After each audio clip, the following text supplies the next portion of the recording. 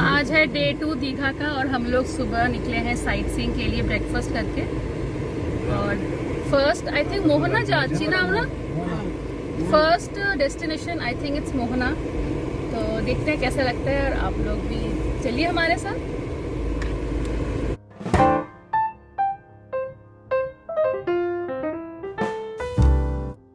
Hotel से हम लोग ब्रेकफास्ट करके ही निकले थे क्योंकि कॉम्प्लीमेंट्री ब्रेकफास्ट है। उससे एक तो ये फ़ायदा रहता है कि पेट भर के अगर आप निकलो तो फिर काफ़ी देर तक आप ट्रैवलिंग कर सकते हो। तो अभी हम लोग मोहना की तरफ जा रहे हैं और ये है दीघा का वेलकम गेट। तो इस वक्त हम लोग जा रहे हैं, फर्स्ट हम लोग का साइट सीइंग है मोहना की तरफ। मोहना एक्चुअली एक वॉच पॉइंट है जहाँ पे फ़िशिंग कार्गोज़ वगैरह आते हैं और वहाँ से ऑल ओवर इंडिया डिस्ट्रीब्यूट होता है। बट जैसे कि आप देख ही रहे हो दीघा का रास्ता बहुत ही ज़्यादा अच्छा है और एक तो लश ग्रीन है चारों तरफ, बट साथ साथ I should say entire road journey काफ़ी कंफर्टेबल है। अगर आप कभी दीघा फ्यूचर में आना चाहते हो तो बिल्कुल आ सकते हो, ट्रैवलिंग के लिए बिल्कुल सूटेबल है। रोड ट्रैवलिंग तो बहुत ही आरामदायक मुझे लगा। এখানে কো 200 কোটি টার্নওভার আপনি বলছেন মাছে নেই বাজারে বছরে নাকি মাসে একদিনে 200 কোটি মিনিমাম। ওয়াও, এর উপরে কয়েক লক্ষ মানুষ নির্ভর করছে। এটা একটা ওয়েস্ট বেঙ্গলের ব্যস্ততম মৎস্য বন্দর। अच्छा, यहाँ पे आपको बहुत तरीके के फ़िश मिलेंगे और साथ में मिलेगा क्रैब्स भी, और यहाँ पे मिलता है ड्राइड फ़िश भी। तो अगर आपको कुछ दिनों तक फ़िश को रख के खाना है तो आप यहाँ से स्टोर कर सकते हो। तो ये वैरायटी ऑफ ड्राइड फ़िश मिलता है यहाँ पे। इतने सारे हैं कि मुझे तो आई थिंक 90% का नाम नहीं पता। बट एनी हाउ जो हमारे ड्राइवर थोड़ी देर पहले बोल रहे थे कि यहाँ पे 200 करोड़ करीब फ़िश का व्यवसाय होता है एवरी डे। तो it's a very big phishing joint I can say, all over India से यहाँ पे जाता है और काफ़ी सारे लोगों को यहाँ पे ऑक्यूपेशन मिलता है इसकी वजह से।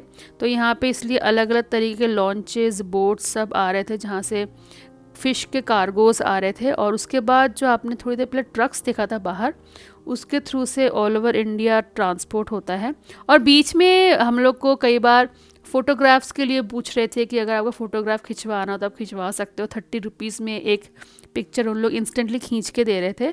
और कुछ कुछ लोकल शॉप्स भी थे जहाँ पे पाइन वुड के कुछ किचन रिलेटेड आइटम्स थे, कुछ खिलौने थे और बंगालीज़ का शाखा पौला का जो शाखा है वो भी मिल रहा था, शंख मिल रहा था। तो ये सब छोटे मोटे शॉप्स थे जहाँ से हम लोग कुछ चाहे तो ख़रीद सकते सामान। बट मुझे तो वैसे कुछ नहीं ख़रीदना था। बट हाँ, मैंने यहाँ से एक लकड़ी का लिया है अपने लिए मॉर्टर एंड पेसल, क्योंकि आजकल मुझे मॉर्टर एंड पेसल कलेक्ट करना देख रही हूँ एक शौक़ बन गया है। पिछली बार महाबलीपुरम से लिया था एक स्टोन का और इस बार यहाँ से एक वुड का लिया है।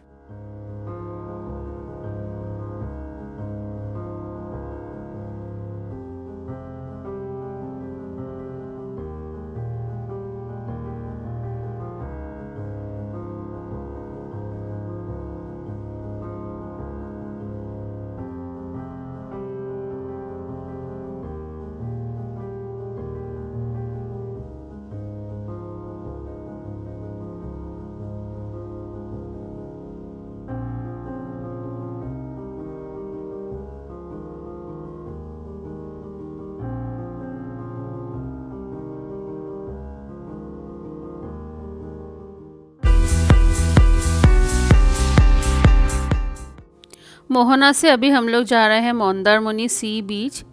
तो ये हम लोग का सेकेंड साइट है दिन का। और वैसे हम लोग मोहना में काफ़ी देर तक रुके थे। आई थिंक 1 घंटा सफिशेंट है मोहना में।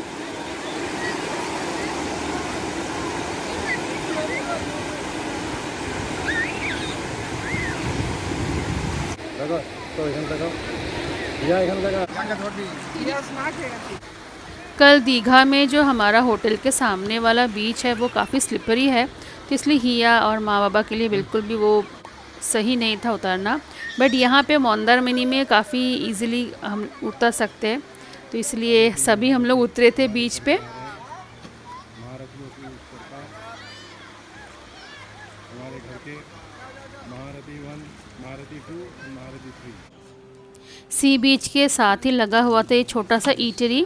फर्स्ट फ्लोर में कुकिंग हो रहा था और एक छोटा सा सिटिंग एरिया था, बट बाकी सब लोग नीचे बैठे हैं क्योंकि ऊपर आना यहाँ पर भी सबके लिए उतना इजी नहीं है, वो मैं आपको थोड़ी देर में दिखाऊंगी। बट ओवरऑल एक बहुत ही क्यूट सा, बहुत ही अच्छा सा एक मुझे एम्बियंस लगा।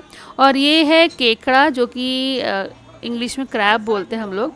तो ये है दीघा का स्पेशलिटी। जिन लोग नॉन वेजिटेरियन हैं उन लोग ज़रूर एक बार ट्राई करते हैं यहाँ पे क्रैब खाना। और मैंने भी ज़िंदगी में फ़र्स्ट टाइम क्रैब ट्राई किया था यहाँ पे, और मुझे तो काफ़ी अच्छा लगा।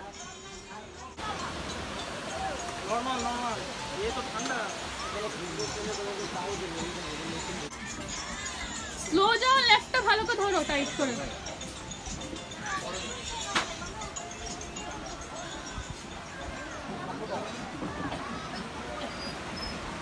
স্লো যাও না, তো তাড়াতাড়ি যাচ্ছ কেন?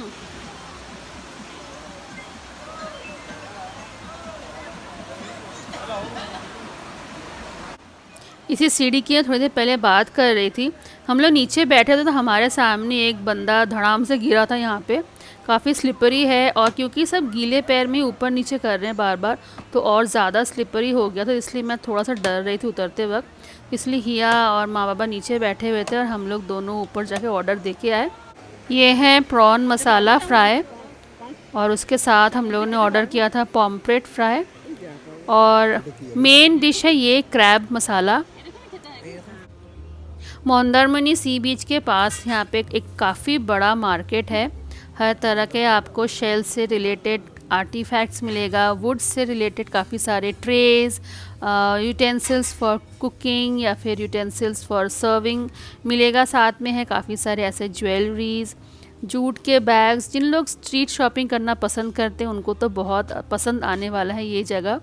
बट क्योंकि आजकल मैं बहुत ही कम ये सब चीज़ ख़रीदती हूँ, तो इसलिए मैंने कुछ भी नहीं लिया था। बट हाँ, ये सब देखना या फिर इनको अप्रिशिएट करना तो बिल्कुल बनता है, तो मुझे लगा कि थोड़ा सा आपके साथ भी शेयर करूँ यहाँ का मार्केट।